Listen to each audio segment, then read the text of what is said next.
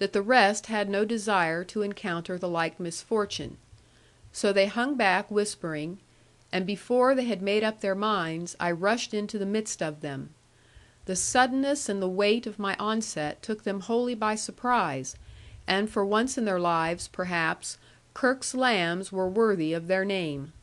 Like a flock of sheep at a dog's attack, they fell away, hustling one another, and my only difficulty was not to tumble over them. I had taken my carbine out with me, having a fondness for it, but the 2 horse pistols I left behind, and therefore felt good title to take 2 from the magazine of the lambs. And with these, and my carbine, I leaped upon Kickums, who was now quite glad of a gallop again; and I bade adieu to that mongrel lot; yet they had the meanness to shoot at me.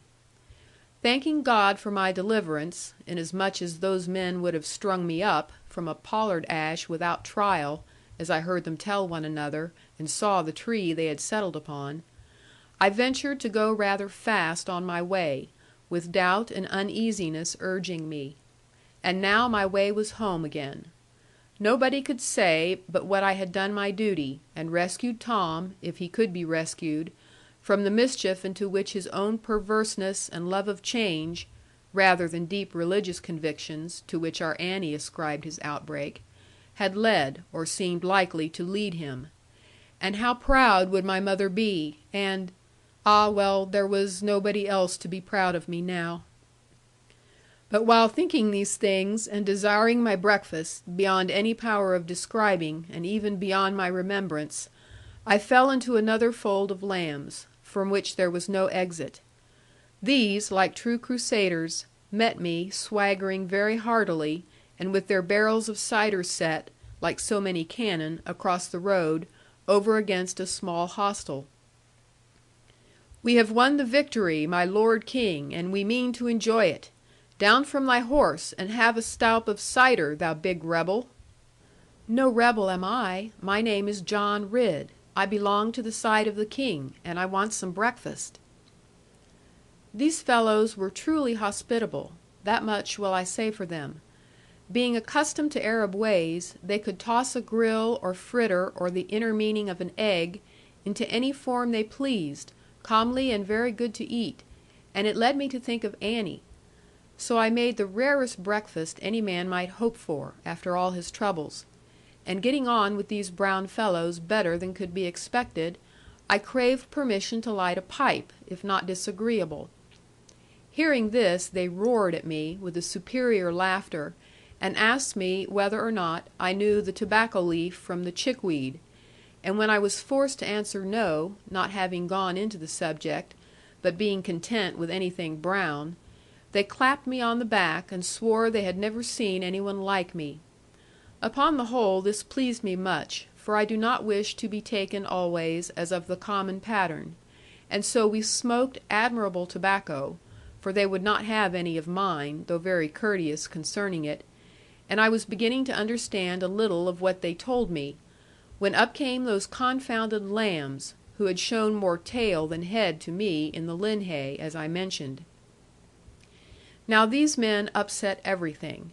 Having been among wrestlers so much as my duty compelled me to be, and having learned the necessity of the rest which follows the conflict, and the right of discussion which all people have to pay their sixpence to enter, and how they obtrude this right, and their wisdom, upon the man who has laboured, until he forgets all the work he did, and begins to think that they did it, having some knowledge of this sort of thing, and the flux of mind swimming in liquor, I foresaw a brawl, as plainly as if it were Bear Street in Barnstaple.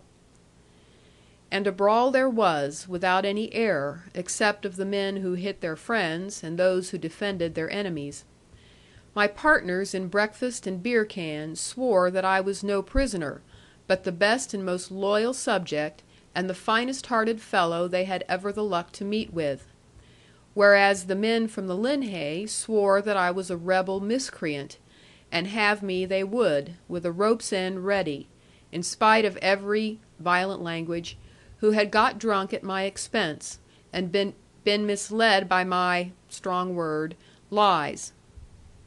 While this fight was going on, and its mere occurrence shows, perhaps, that my conversation in those days was not entirely despicable, else why should my new friends fight for me, when I had paid for the ale, and therefore won the wrong tense of gratitude?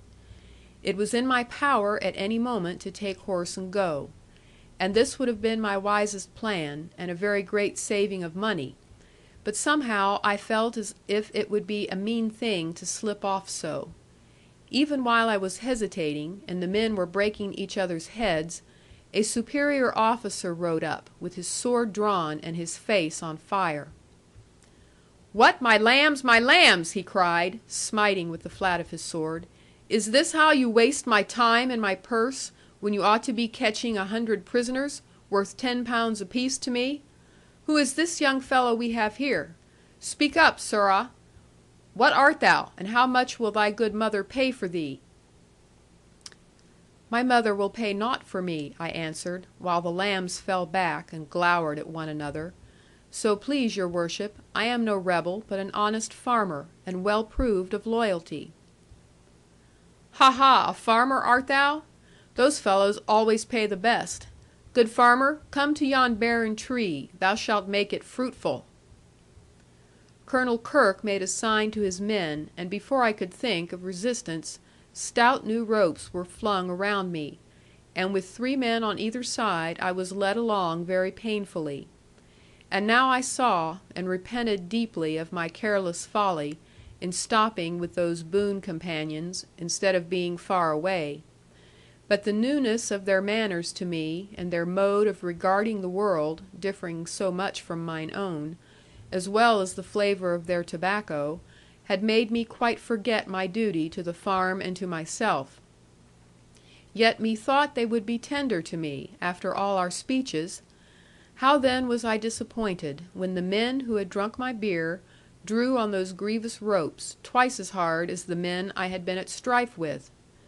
Yet this may have been from no ill will, but simply that having fallen under suspicion of laxity, they were compelled, in self-defence, now to be overzealous.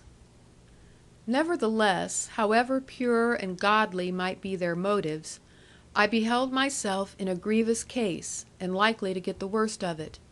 For the face of the colonel was hard and stern as a block of bogwood oak, and though the men might pity me and think me unjustly executed, yet they must obey their orders, or themselves be put to death. Therefore I addressed myself to the colonel, in a most ingratiating manner, begging him not to sully the glory of his victory, and dwelling upon my pure innocence, and even good service to our lord the king. But Colonel Kirke only gave command that I should be smitten in the mouth, which office Bob, whom I had flung so hard out of the linhay, performed with great zeal and efficiency. But being aware of the coming smack, I thrust forth a pair of teeth, upon which the knuckles of my good friend made a melancholy shipwreck. It is not in my power to tell half the thoughts that moved me, when we came to the fatal tree, and saw 2 men hanging there already, as innocent perhaps as I was, and henceforth entirely harmless. Though ordered by the colonel to look steadfastly upon them, I could not bear to do so; upon which he called me a paltry coward, and promised my breeches to any man who would spit upon my countenance. This vile thing Bob, being angered perhaps by the smarting wound of his knuckles, bravely stepped forward to do for me, trusting no doubt to the rope I was led with. But unluckily as it proved for him, my right arm was free for a moment, and therewith I dealt him such a blow that he never spake again. For this thing I have often grieved, but the provocation was very sore to the pride of a young man, and I trust that God has forgiven me. At the sound and sight of that bitter stroke, the other men drew back, and Colonel Kirke, now black in the face with fury and vexation, gave orders for to shoot me, and cast me into the ditch hard by. The men raised their pieces, and pointed at me, waiting for the word to fire; and I, being quite overcome by the hurry of these events, and quite unprepared to die yet, could only think all upside down about Lorna and my mother, and wonder